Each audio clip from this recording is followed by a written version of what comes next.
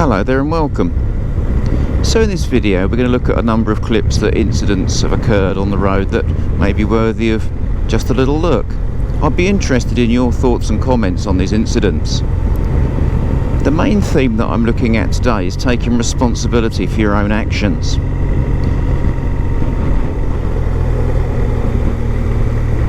What I do appreciate, of course, is that we are all human, we're all fallible, we all make mistakes and we don't get things right all of the time. And hopefully when we don't get things right, they don't result in a disaster. And as a responsible road user, it's good that we do all the best we can to facilitate genuine mistakes made by other people so that they don't get unnecessarily injured or punished because of it. However, when you look at some things that occur on the road, you can't help but feel that some people are really leaving their safety in the hands of other people or are completely unaware of what is going on. So let's have a look at these clips then and just get some thoughts and feelings about those maybe. So in this first clip, we're approaching a left-hand bend with a junction to our right. What we see there is a motorcycle waiting, and when he deems it to be fit, he pulls out and away he goes. And I'm sure many of us have done this. We look for a sneaky little gap and we get away promptly and make good progress. And so on the face of it, is this an issue? The only thing to bear in mind with these sort of manoeuvres is if we sort of rewind a little bit and imagine the driver being inattentive, just notice how the traffic coming towards us does actually block the view of that motorcyclist from time to time, and therefore his presence might be a surprise. I don't think there's particularly anything overly exciting about this clip, but it's something to be aware of, that when you do these sort of manoeuvres you may very often be invisible to other road users for maybe a critical moment. In the next clip you're witnessing here an overtake by an oncoming motorcycle. It is national speed limit, and I'd imagine that many of us have done an overtake very similar to this in the past.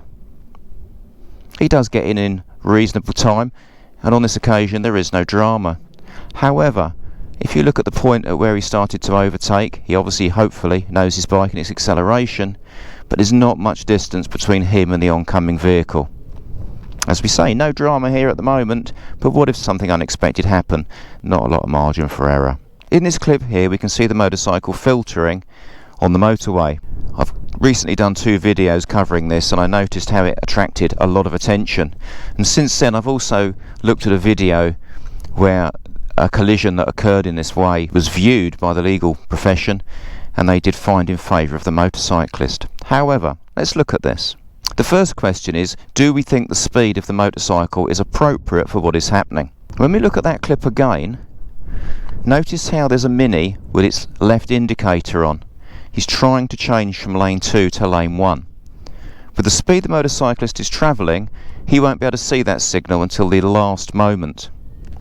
We've got to hope that the Mini driver is good with his left mirror, and we've also got to hope there is no gap for him to actually get into. And this is exactly where motorcyclists can fall foul of filtering at high speed on dual carriageways and motorways. If you travel a little bit slower, it buys you the time to notice these little clues and deal with them without being struck. In this clip here, I'm just going to let you watch it. Just be interested in your thoughts. I think you're just putting yourself at risk in a situation like this.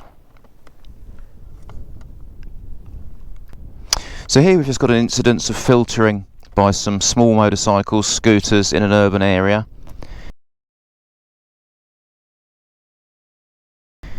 Notice how the motorcycle coming towards us decides to come out of the traffic almost sort of suddenly, causing the silver car to react. He just swerves a little bit in towards the left. When filtering, you shouldn't cause another vehicle to change speed or direction. You shouldn't affect another road user. And okay, there's no big drama for the motorcyclist here. I think the gap was always big enough. However, there's a cycle lane to the left of the silver car, and whilst he didn't go into it, causing another driver to make an instant reaction, they're unlikely to do rear obs before reacting. And if there was a cyclist there and he'd gone further to the left, that could have resulted in a collision. So pedestrians, pedal cyclists and motorcyclists are quite rightly regarded as vulnerable road users. But as we've said before, if you are a vulnerable road user, you need to take responsibility for your own actions. In this clip here, we see an adult cyclist riding the wrong way down a one-way street and clearly through a no entry sign, almost oblivious to what's going on. That in itself is bad enough because traffic laws do apply to cyclists, but not only that, she has a child following her. It doesn't send out a very good message to a child that they can do what they like on the road, because if that child goes out on the road on their own, does a similar thing and gets hit by a car, it's going to be very upsetting for all concerned. And sticking with cyclists, let's have a look at this cyclist here.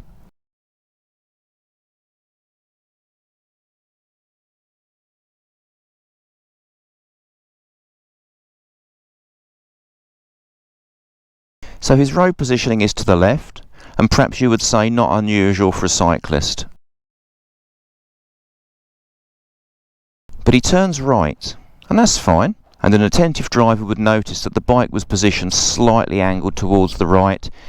The cyclist gets away while the van's still on the roundabout, and his intention to turn right is fairly obvious to the driver behind. However, from the cyclist's point of view, he's put all the responsibility of the safety on the driver behind and none on himself. He's not checked over his shoulder, he's not taken any form of rear observations, and neither has he signalled an intention to turn right from the left lane. A more inconsiderate and careless driver may have resulted in this being an incident for the cyclist. If you are a cyclist, please don't expect everyone else to look after you, because they won't. In this clip here, I don't know whether this is just impatience or just bad judgment. That's pretty close, and that car should not have turned across the path in front of the other one. As we've said before, if that's you and your motorcycle coming towards that car on a wet day, situation could be very different, couldn't it? And sticking with Volvos, an interesting little clip just to have a look at. Volvo is gaining in lane 1 behind, and the camera car is travelling at the speed limit. Let's speed it up a little bit because nothing much happens here for this next section. The Volvo continues to gain on that car until he gets to the point where he is actually tailgating. He is far too close for the 70-mile-an-hour speed being achieved. So now what you notice is that the Volvo decides he's going to move out into lane 2, and he indicates and moves into lane 2. No doubt we're expecting him to overtake. But strangely, he doesn't. He just holds his position and sits in lane 2. It's quite a bizarre thing to do, really. And you might think, well, perhaps there's something in front holding him up. Well, here's a clip of the front, and you can see there's no reason for him not to do so. Maybe he didn't want to exceed the speed limit. So the thing to do was just not get so close to the car in front in the first place. So as we've said, welcome your thoughts and views on these clips. Hope they've been of some interest to you. Nothing earth-shattering there, of course, but a few bits and pieces we may be able to learn from the future. So until next time, ride safe and take care.